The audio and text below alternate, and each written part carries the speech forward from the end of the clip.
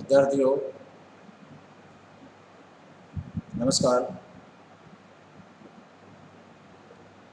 अब हम चर्चा करते हैं प्रेमचंद जी के गबन उपन्यास में जो नायिका है जालपा, उसका चरित्र क्या है।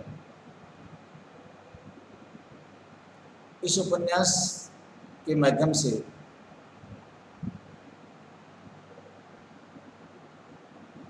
प्रेमचंद जी ने भारतीय नारी के रूप में जालपा एक जो पात्र है, नायिका है,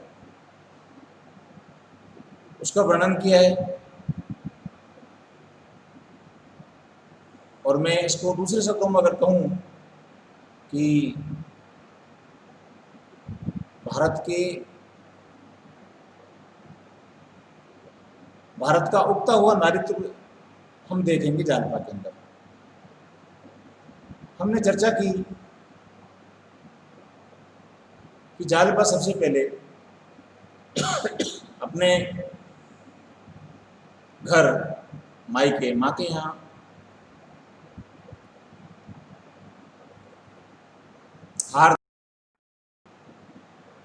हार बेचने वाला पात्र जो प्रेमचंद की लेखनी के यहाँ से निकलता है, तो उसके मन में, जालपा के मन में उन आभूषणों को धारण करने की एक प्रबल लालसा जागृत हो जाती है।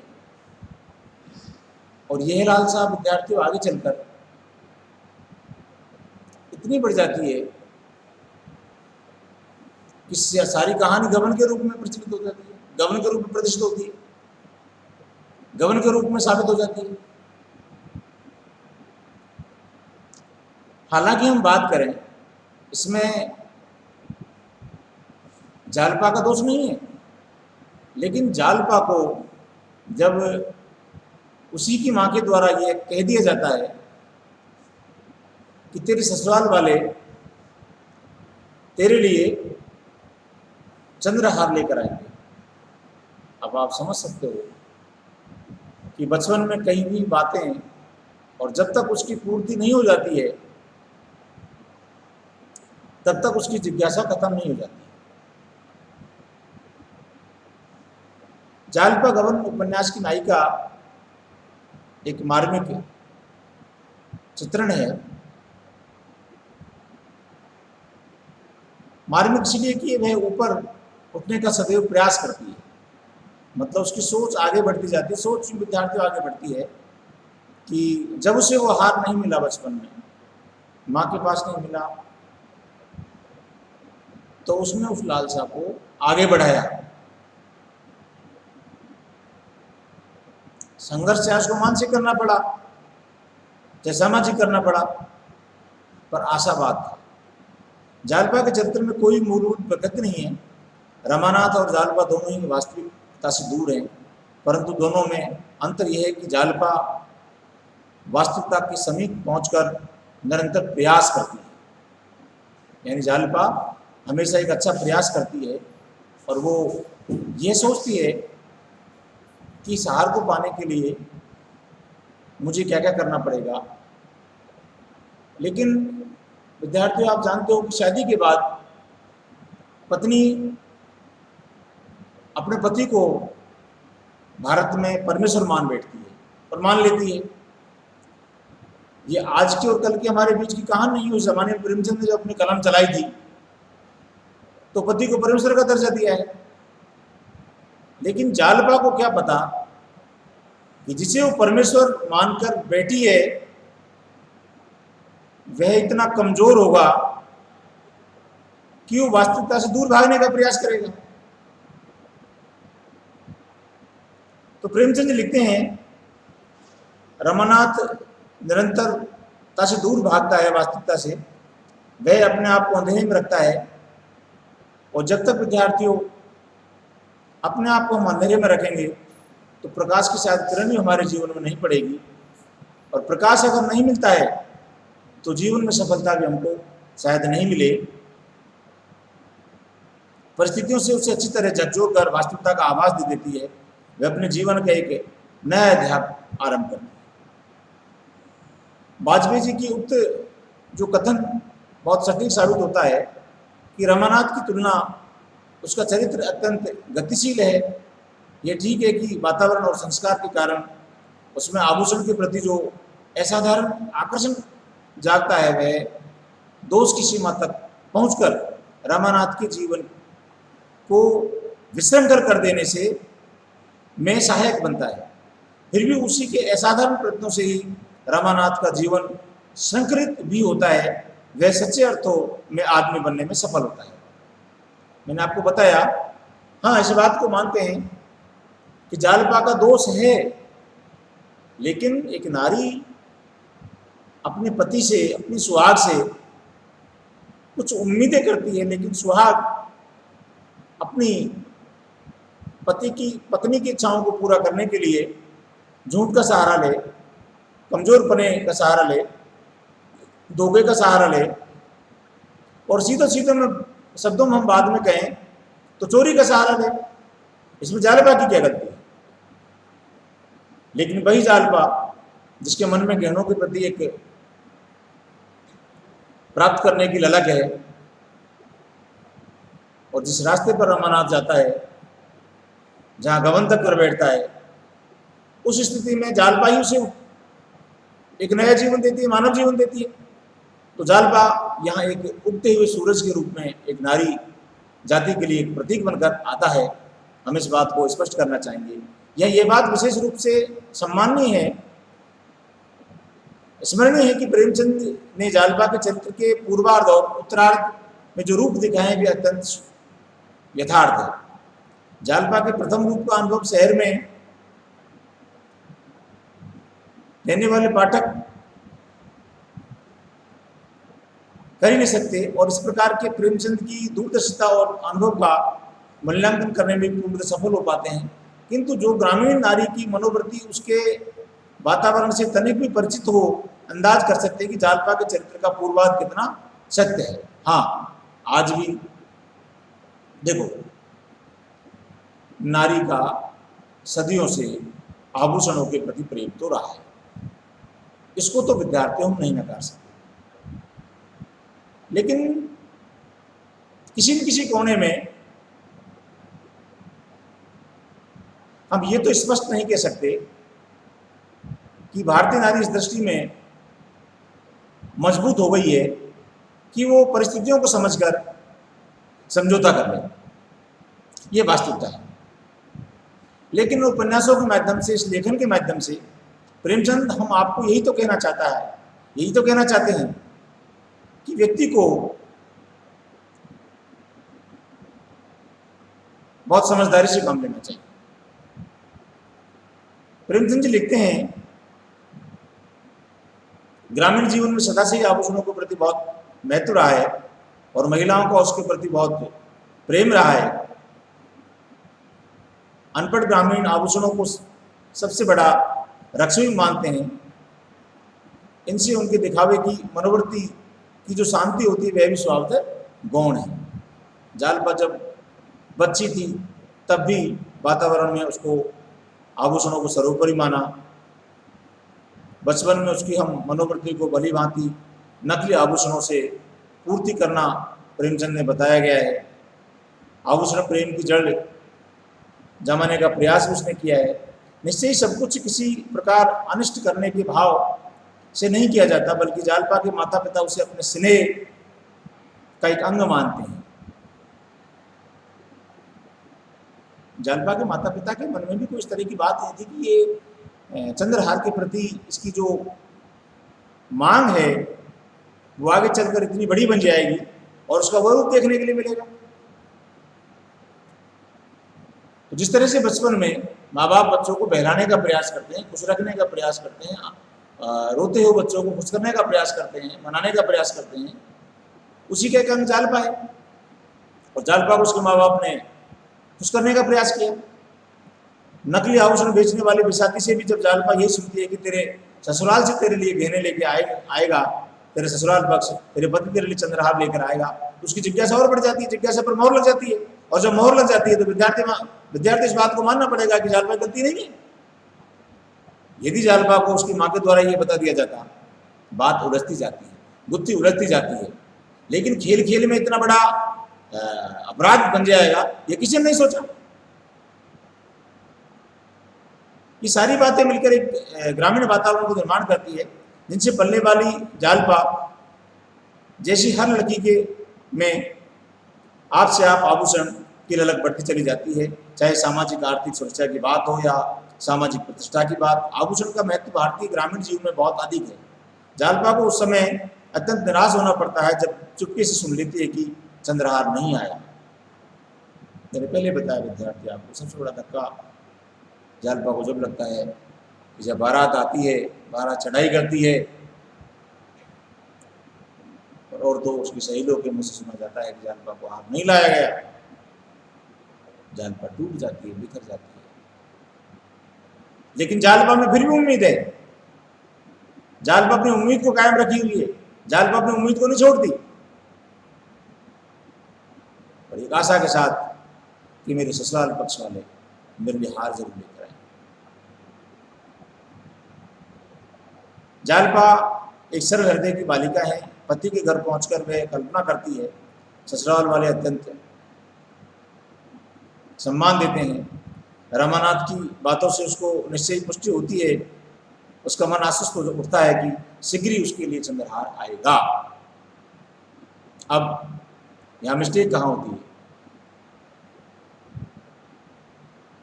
क्योंकि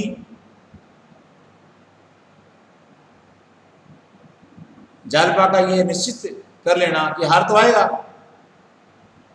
और पति विश्वास करती है, करना भी चाहिए, लेकिन धीरे धीरे स्थिति बदलती है। इस समय जालपा की जो मनस्थिति है वह किसी भी नारी की स्वाभाविक मनस्थिति कही जा सकती है। बिल्कुल सही बात है। हर नारी अपने जीवन पति को हर प्रकार की क्षमताओं से भरा हुआ पाती है, भरा हुआ मानती है, तभी तो विश्वास कर, तभी तो आती है, अपने मायकों को छोड़कर पति पे विश्वास करती है। लेकिन पति उसकी पूर्ति किस प्रकार से करता है? जालपा की क्या गलती है?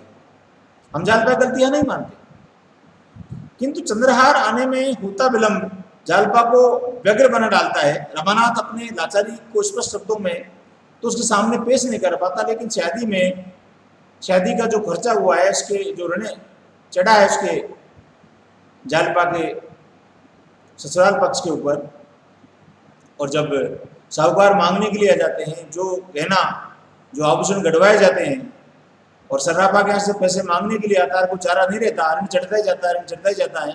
हाँ, सहमति ली जाती है जालपा की, इसमें कोई बात नहीं है, लेकिन विश्वास दिलाया जाता है उसके पति के द्वारा कि आपके लिए चंद्रहार बना दिया जाएगा, और उसी दौरान फिर काम करने की ललक। हाँ है, ऐसी बात नहीं है रमानाथ कर्महीन है, कर्महीन नहीं है, वो काम भी करना चाहता है, लेकिन उस काम के बदले गलती बन बैठती है और चुंगे पर काम करने लगता है रमानाथ। चुंगे पर जब काम करते कर 600 रुपये जो घर में लाकर रखता है, और उन पैसों में से जो कुछ उनकी अनुपस्थिति में जब रमानाथ घर पर नहीं होता है, जालपा जब सर्राफ को दे देती है, और वही सर्राफ उसमें से 200 रुपये उसको वापस लौटाता है। 400 रुपये काटने के बाद 200 रुपये जाते हैं, फिर गड़बड़ पैदा होती है। वहाँ चुंगी वाले द्वारा परेशान किया जाता है, वहाँ कैसे जमा कराना है। ऐसी स्थिति में जालपा की उत्सुकता बहुत आगे बढ़ जाती है, और विद्यार्थियों जालपा के द्वारा जब सच्चाई सामने देखी जाती है तो वे टूट जाती है। और आप आगे चलकर देखेंगे कि जालपा का पति जब कलकत्ता चला जाता है, उससे छुपाकर बात नहीं बनती है, और जालपा जगह जगह इसको ढूंढती है, और एक खेल के माध्यम से वो उसको पता लग जाता है।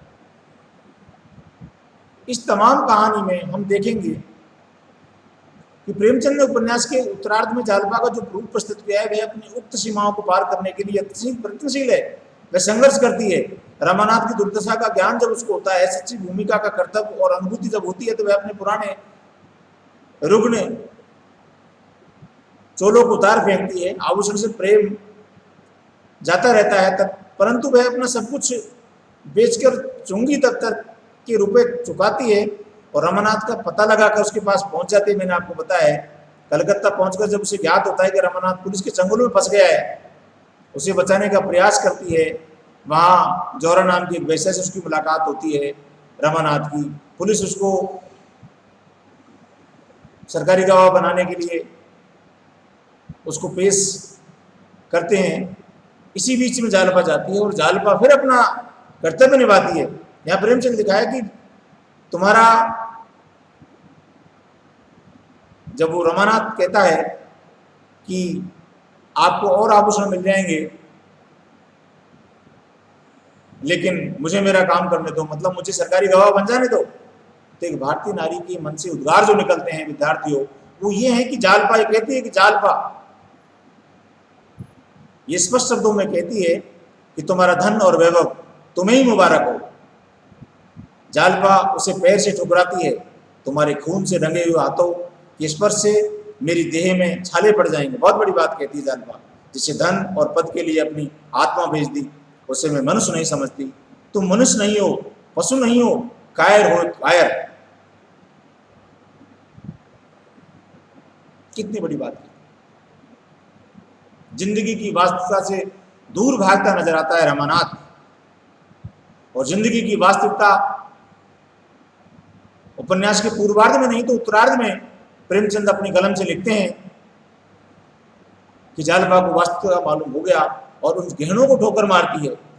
और मैं कहता हूं उस रमानाथ की उस झूठी जिंदगी को ठोकर मारती है, और आगे चलकर यही तो कह रही है कि तुम मनुष्य नहीं हो, तुम पशु नहीं, तुम कायर हो, तुम कमजोर हो। और विद्यार्थियों, कमजोर नारी, कमजोर पति को नारी कभी स्वीकार नहीं करती। इसलिए मैं पुरुष प्रधान समाज से भी कहता हूं कि अपना कायरपन अपनी पत्नियों के सामने नहीं दिखाना चाहिए। मैं उन नारियों से भी कहता हूं, नारियों से भी इस कक्षा के माध्यम से कहना चाहूँगा कि उन्हीं पतियों से अपनी इच्छा के उपहार मांगने की कोशिश करनी चाहिए, जिसमें दम हो, जिसमें ताकत हो, जिसमें समझदारी हो, जिसमें बुद्धिमत्ता हो। कायर लोगों से अपनी इच्छा जाहिर नहीं करनी चाहिए। वो आपको उपहार स्वरूप देंगे तो धोखा देंगे, और वो धोखा कितना आगे बढ़ जाता है इस उपन्यास में आपको सब कुछ पढ़ने के लिए रोज मिल रहा है। विश्वास नहीं होता है कि उपन्यास के शुरू में जालपा के शब्द निश्चय प्रेमचंद चाहते हैं कि स्वतंत्र भारत की नारी ऐसी प्रखर मनोवृत्ति की। प्रेमचंद जी कहना चाहते हैं कि भारतीय नारी के मन में ये वास्तविकता की अलग जगनी चाहिए, ये वास्तविकता की बात मन में आनी चाहिए। मैं मानता हूं विद्यार्थियों, वास्तविकता दुख देती है, सच परेशान हो सकता है, लेकिन वो टूटेगा नहीं। जालपा के आत्मसम्मान की भावना शुरू से ही है, तब उसकी माँ का दिया हुआ हार जालपा लौटा देती है। जालपा के मन में एक बात है कि मैं भीख में या दान में ली चीज को स्वीकार नहीं करूंगी, या तो मैं मेरे बल पे लेके आऊंगी या फिर मेरे पति से मंगवाऊंगी, मेरे ससुराल पक्ष से मंगवाऊंगी। उसके मन में, भारतीय नारी के मन में एक प्रबलता है, स्वाभिमान है कहने का मतलब। तो प्रेमचंद ने स्वाभिमान को आगे किया है। जालपा एक स्वाभिमान नारी है। अम्मा जी से वो मानती है, वो कहती है कि अम्मा जी से खुशी से नहीं दे रही है, बहुत संभव है इसे बेचते समय रोई भी होगी। इसमें कोई संदेह नहीं है कि इसे वापस पाकर उन्हें सच्चा आनंद होगा। यानी प्रेमचंद को इस बात का पूरा पता है कि भारतीय नारी इन आभूषणों को प्राप्त करने के लिए रो लेती है, आंसू बहा लेती है, लेकिन इतनी कमजोर भी नहीं है कि अपने पति को वो बिकवा दे। नहीं, ऐसा नहीं। जालपा भारतीय पुलिस से घृणित हथकंडे से परिचित है, और इस हथकंडों से बचने के लिए हम देखेंगे कि जालपा अपने पति को भी यह कहकर कि मैं वास्तविक बात पुलिस को बता दूंगी,